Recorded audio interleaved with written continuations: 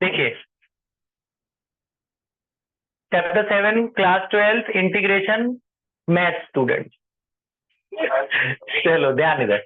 Partial fraction है जी topic का नाम। पार्शियल फ्रैक्शन एक बहुत अच्छी टेक्निक है जो इंटीग्रेशन में इस्तेमाल होती है। कब लगाते हैं पार्शियल फ्रैक्शन? आपको पेपर में क्वेश्चन देख के कैसे पता चलेगा? इस एक्सरसाइज का क्वेश्चन है, ध्यान से सुनना मेरी बात। नीचे फैक्टर्स होंगे डिनोमिनेटर में। आपके कोर्स में 3 टाइप के फैक्टर है बेसिक।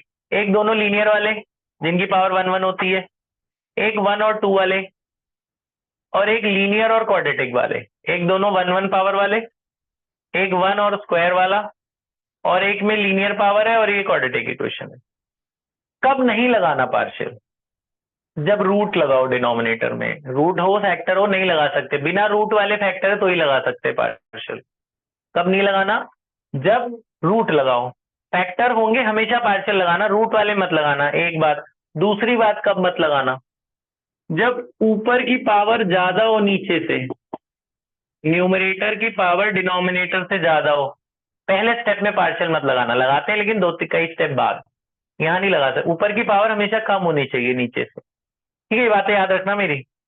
पहली, अब मैंने एनसीईआरटी में 5 टाइप है, 5 रूल है। मैंने आपको 3 रूल बताए, इसी 3 रूल से आप 5 रूल कर लोगे, इसलिए तीनों रूल ध्यान से सुनना। पहला रूल, वो कहते हैं कि अगर डिनोमिनेटर में फैक्टर्स हो नॉर्मल पावर वाले, बिना पावर वाले, तो इसको कैसे तोड़ेंगे?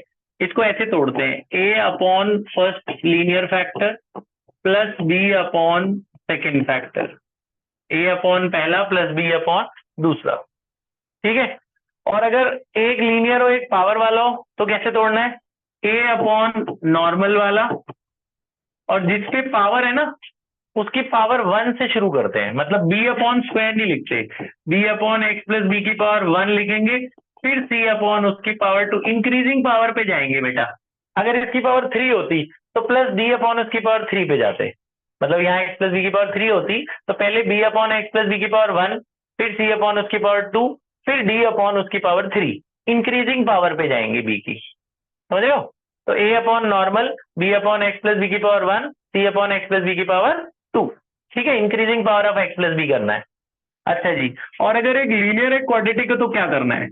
1 अपॉन में लीनियर पावर लेनी है, और जिस पे क्वाड्रेटिक है उस पे आगे के 2 कोफिशिएंट लगाने हैं।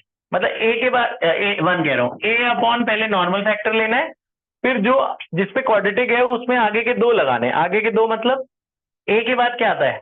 बी और सी। तो इसके ऊपर बी और सी दोनों लगाने हैं, तो ऐसे लिखना है, लेकिन बी एक्स प्लस सी लगाना है उस पर।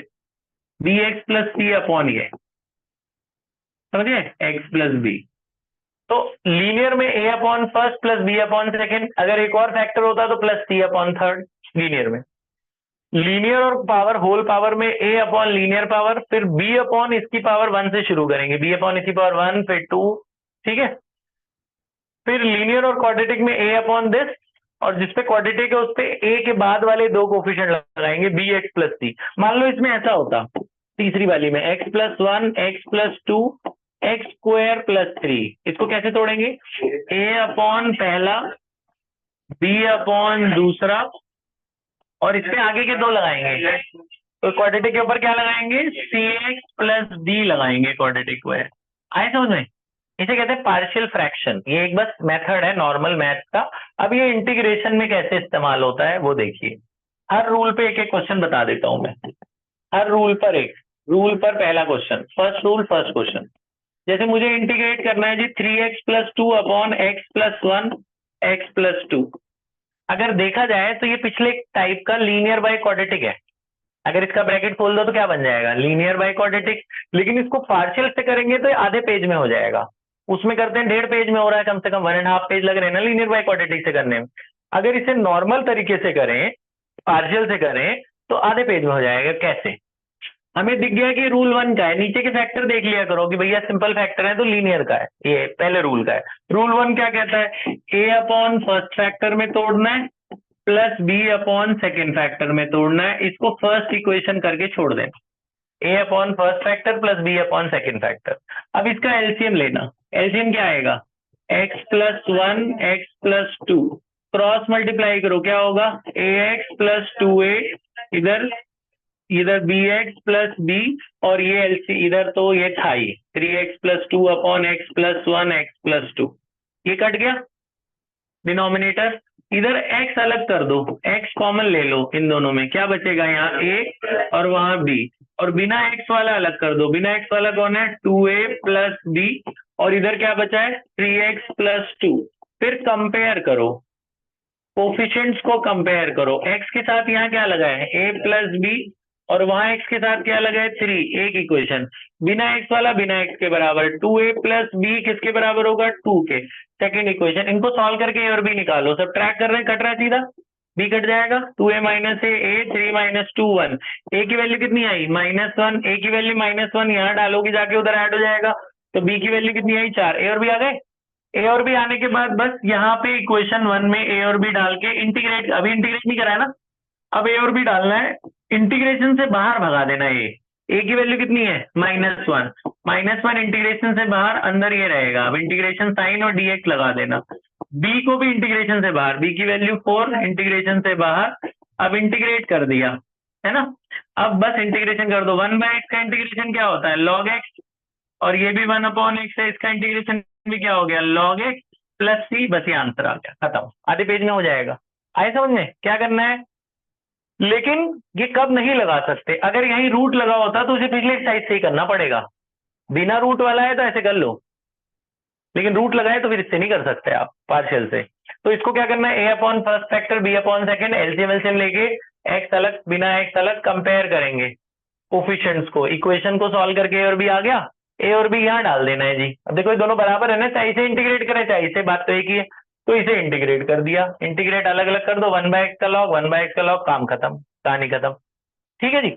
अब इसे क्वेश्चन करने का मैं आपको एक और तरीका बता रहा हूँ, ये तब लगता है, ये तरीका सेम क्वेश्चन करने का दूसरा तरीका, यही क्वेश्चन का एक अलग तरीका है, ध्यान से सुनना, वो इससे थोड़ा और छोटा है।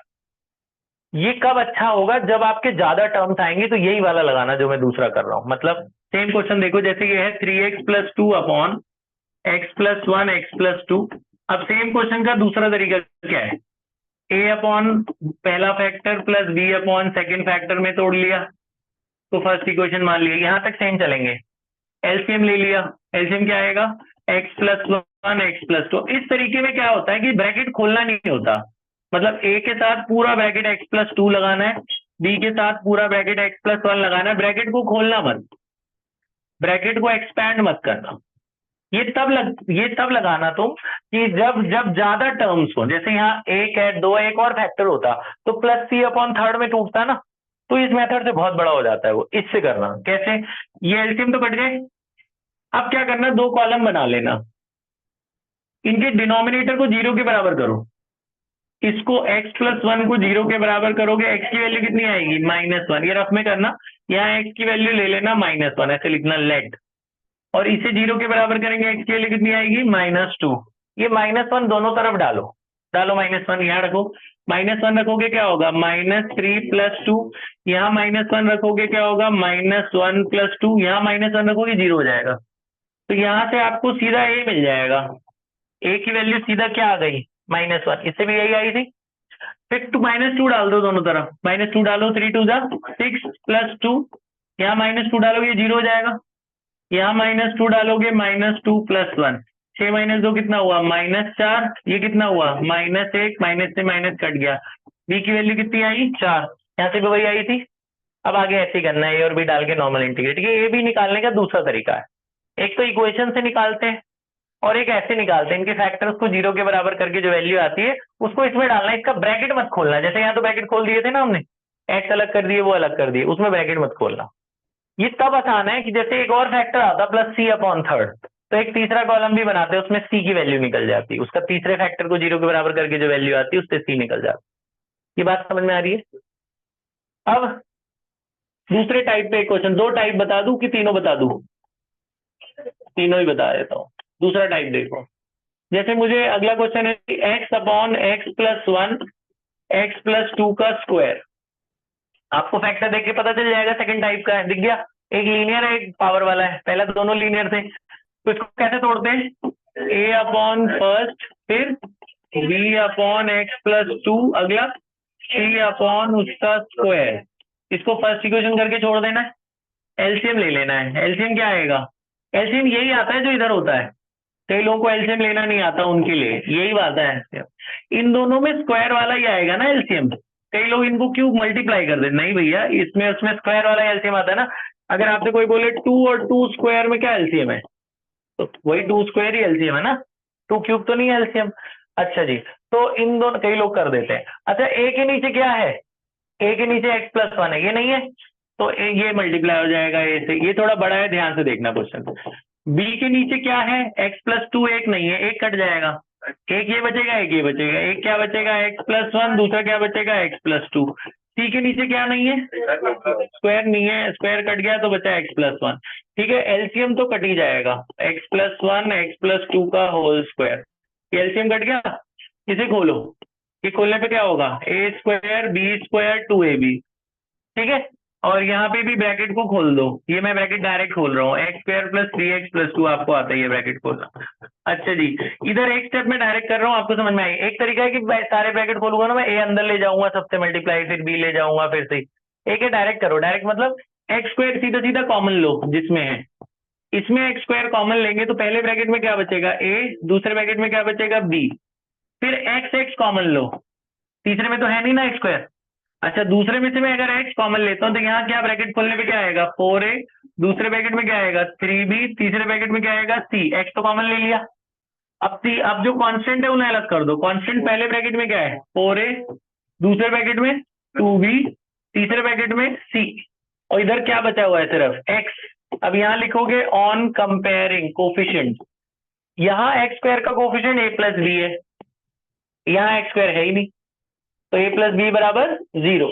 X square coefficient x square के बराबर होगा, एक्स स्क्वायर यहाँ है, यहाँ नहीं है तो 0। यहाँ x का कोफिशिएंट है 4a plus 3b plus c, और LHS में x का कोफिशिएंट कितना है? 1। सेकेंड इक्वेशन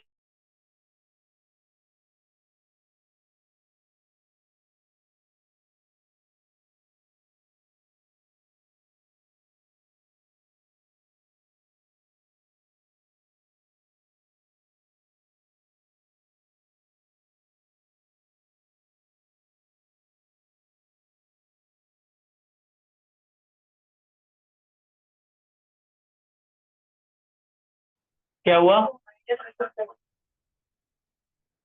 वो a की वैल्यू -4b माइनस बी यहाँ भी डालो, क्या होगा? -4b plus 2b plus c equal to 0। कितना होगा?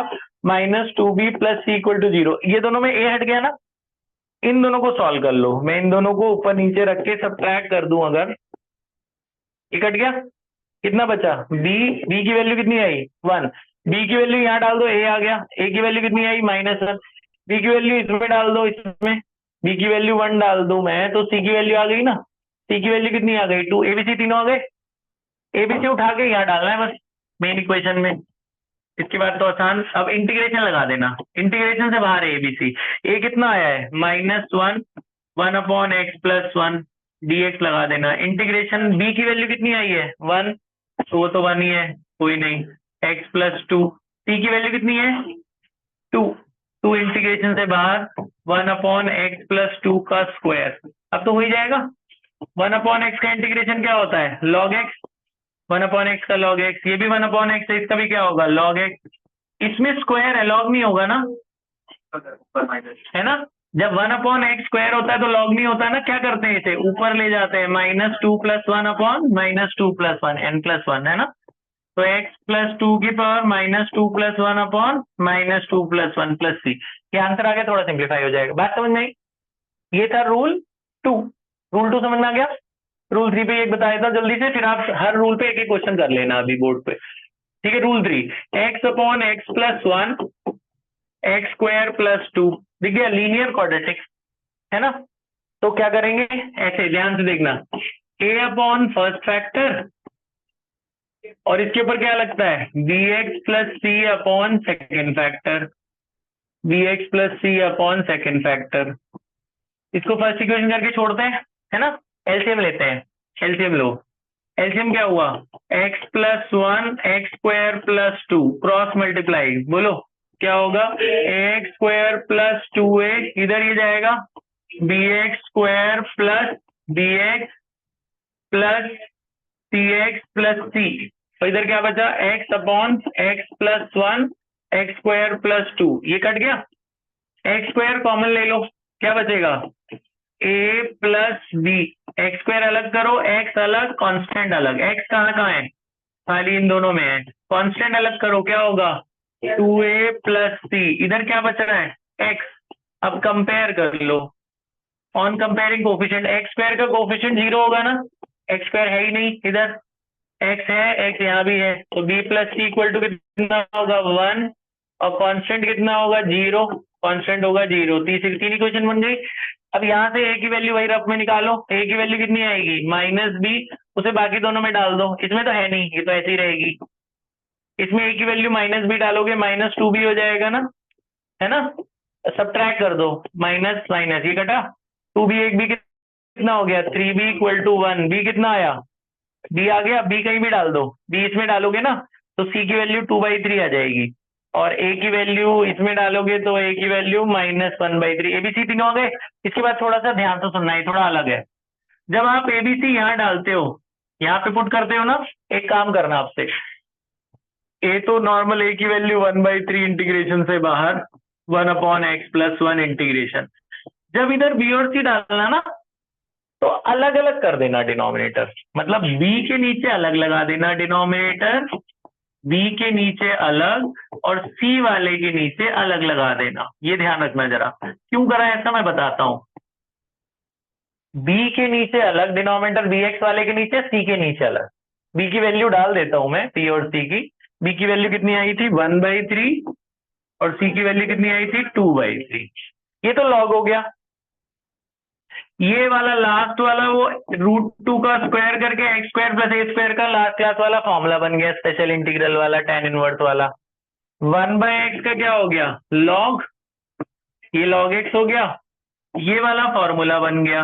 1/a tan inverse x upon a, है ना, लेकिन ये नहीं हुआ इंटीग्रेट, क्योंकि उसमें ऊपर x है, तो इसमें t ले लोगे ये कट जाएगा, इसमें क्या करना 2 × 2 डिवाइड कर लेना, क्योंकि इसका डिफरेंशिएशन ये बन गया, अब इसे t ले लेने कट जाएगा, यहीं साइड में दिखा देना कि x स्क्वायर प्लस 2 को t ले लिया, इसका डिफरेंशिएशन 2x होगा, 2 का 0, t का क्या होगा dt/dx, dx ऊपर ले आया, ऊपर वाला 2x dx dt बन गया, ऊपर वाला क्या बन गया dt, और नीचे क्या बन गया t, log t हो गया ना, ये फेयर में साइड में दिखा देना, तो बस खत्म हो गया ही, तो बस इसमें ये ध्यान रखना है अलग अलग करना है, इसको t लेना है और इसमें फॉर्मूला बनाना है, ठीक है, तो ये हो गया log x प्लस 1/6 1/t का log t, और इधर 2/√2 को √2 लिख देते हैं, √2/3 tan इनवर्स x अपॉन √2, इसमें t की वैल्यू में डाल देना, ये आंसर, समझ में आया, 3 रूल सिंपल है, कुछ मुश्किल नहीं है, ये तीनों रूल पे आप पहले एक एक क्वेश्चन बोर्ड से कर लो, फिर मैं आपको देता हूँ वो, ये रूल लिख लो आप,